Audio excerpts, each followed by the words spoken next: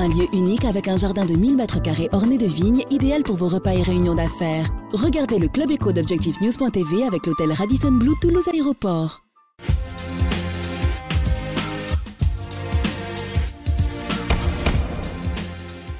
Bonsoir, bienvenue dans le Club Éco d'ObjectiveNews.tv. Semaine spéciale à l'occasion du Toulouse Space Show. Nous recevons ce soir Sébastien Poncin, bonsoir. Bonsoir Jean-Christophe. Vous êtes le directeur d'établissement de ADS Astrium. On a l'impression, quand on assiste ici au Toulouse Space Show, de la santé, des entreprises, des industriels, que finalement la filière du spatial échappe à la crise. Pour quelles raisons ? Alors effectivement, la filière du spatial a échappé jusqu'ici à la crise.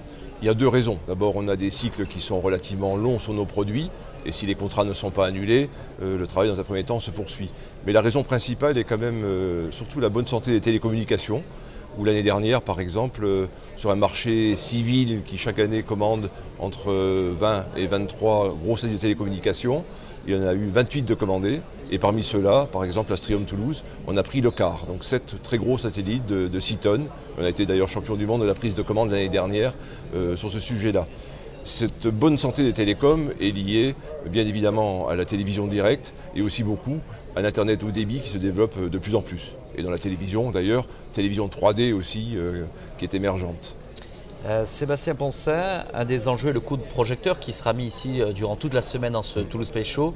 C'est bien sûr le développement des applications spatiales. En quelques mots, quelle est la stratégie pour Astrium sur ce sujet-là ? Alors la stratégie est au développement résolu. Dans cette branche service, comme on appelle ça, chez nous il y avait 300 personnes en 2007 et ils sont 2300 aujourd'hui. Vous voyez une croissance quasi exponentielle. Par croissance interne un petit peu, des gens qui faisaient déjà des applications spatiales dans Astrium, et aussi beaucoup par rachat de filiales, comme à Toulouse par exemple Spotimage. Et dans ce domaine, il y a à la fois des services liés aux télécommunications, à la navigation et à l'observation de la Terre. Sébastien Poncin, un des enjeux clés, c'est de mieux structurer aujourd'hui la filière, notamment au niveau des PME dans cette agglomération toulousaine. Comment un groupe comme vous, de cette taille, je rappelle 4,8 milliards d'euros de chiffre d'affaires, 15 000 collaborateurs, comment vous pouvez aider les PME de l'agglomération ? Alors, en étant bien entendu sur un certain nombre de domaines leurs partenaires, notamment dans le domaine cette fois-ci du hardware des satellites, l'infrastructure satellitaire. Je citerai par exemple la filiale faiblement de notre part à Tarbes Boostech, qui est une PME indépendante et avec laquelle on a fait vraiment une première mondiale avec une rupture technologique sur les télescopes optiques. Typiquement, on a lancé avec eux le plus grand télescope au monde spatial de 3,5 mètres grâce à la mise en œuvre de carbure de silicium et on a été les seuls à savoir faire ça. Moyennant quoi, on gagne un facteur de poids de 1 à 5 par rapport aux matériaux traditionnels. Vous voyez ce genre d'initiative qui peut être pris facilement par une PME réactive est quelque chose qui nous intéresse beaucoup. Maintenant, d'une manière générale, on a intérêt à avoir un tissu riche, un écosystème important dans le spatial, composé de grands groupes, de groupes moyens et également de PME. Tout ça fait un tout qui nous rend plus forts à Toulouse. Alors Sébastien Poncin, on a beaucoup parlé en début d'année de ce qu'on appelait la claque OHB, une entreprise allemande qui vous a disputé en tous les cas un marché. Est-ce que ce n'était pas un peu injuste dans un contexte où finalement Astrium faisait de bons résultats, plus 11% de progression du chiffre d'affaires 2009 par rapport à 2008. Est-ce que ce n'était pas bon pour l'image et est-ce que finalement vous en avez tiré aussi des enseignements au sein d'Astrium ? Alors bien entendu, déjà pour prouver la bonne santé d'Astrium, effectivement vous avez cité les grands chiffres. Je dirais qu'aujourd'hui nous avons en commande 53 satellites au total, dont les deux tiers, un peu plus des 2 tiers sortiront de Toulouse. Ce qui représente plus de 14 milliards d'euros, je crois. Voilà, 14 milliards, il faut y ajouter évidemment Ariane, etc. Mais enfin, c'est un backlog inégalé. Alors, Galileo, évidemment, n'a pas été un succès pour nous, puisqu'il a été confié, du moins pour une partie, à OHB. Nous avions les 4 premiers satellites ont été faits par nous, les 14 suivants seront faits par notre concurrent, et puis on verra pour la suite. C'est le syndrome du gros groupe que vous êtes ?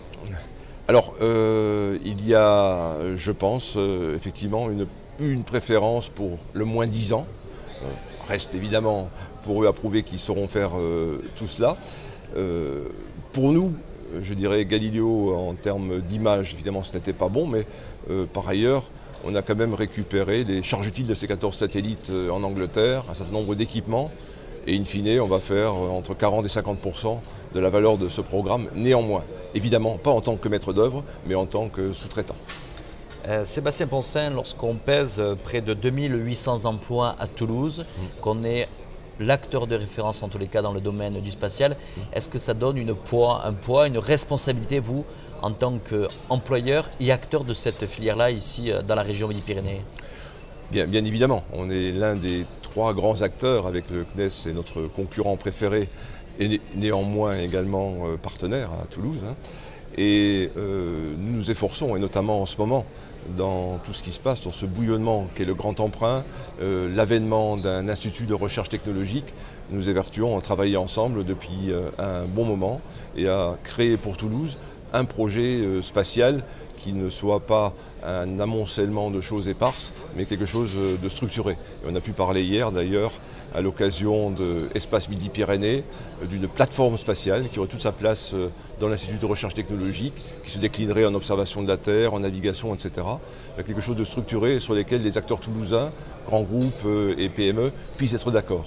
Et dériver de là également un certain nombre de choses comme l'émergence qu'on souhaite très fort d'une école pour le spatial, pour les applications spatiales à Toulouse. On imagine facilement un immeuble de 12 étages où le monde entier viendrait se former à nos applications et donc le rayonnement également qui en découlerait pour Toulouse. Également le lycée de l'espace qui va se créer, dont la charte sera signée demain soir. Enfin, il y a tout un tas de choses qui nous unissent, au-delà de parfois sur tel ou tel projet une concurrence. Il y a beaucoup de choses qui nous unissent à Toulouse et qu'on est en train de travailler très sérieusement dans l'optique du grand emprunt, de l'IRT, etc. Sébastien Poncin, depuis quelques jours, Objectif News est sorti en kiosque avec cette interrogation. Est-ce que Toulouse est toujours capitale du spatial? Vous représentez près de 15 000 emplois au sein d'Astrium, au sein de l'Europe, des collaborateurs un peu dans beaucoup de nombreux pays. Oui.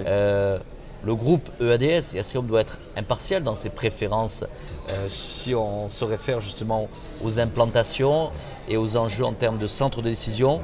Toutefois, d'après vous, quelles sont les conditions nécessaires pour que Toulouse et la région Midi-Pyrénées continuent à rester avec des positions dominantes, fortes, et pour que clairement on puisse dire que Toulouse est encore la capitale du spatial? Alors déjà, je pense que Toulouse est indubitablement la capitale du spatial. Même dans le groupe EADS Astrium, le site de Toulouse est le site le plus important par le nombre de personnes qui y travaillent. De même pour notre concurrent, le CNES est implanté ici. Tout ça donne, alors les chiffres varient, entre 12 000 et 28 000 emplois suivant ce qu'on compte, emplois tout à fait directs, emplois plus lointains. Donc il n'y a aucun pôle équivalent en Europe ou en France évidemment dans le spatial. On est la capitale du spatial.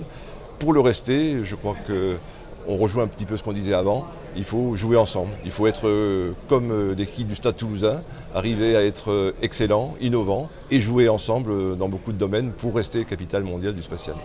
Merci Sébastien Poncin d'avoir répondu à notre invitation. Merci Jean-Christophe. Un lieu unique avec un jardin de 1000 m² orné de vignes, idéal pour vos repas et réunions d'affaires. Regardez le Club Éco d'Objectif News.tv avec l'hôtel Radisson Blu Toulouse Aéroport.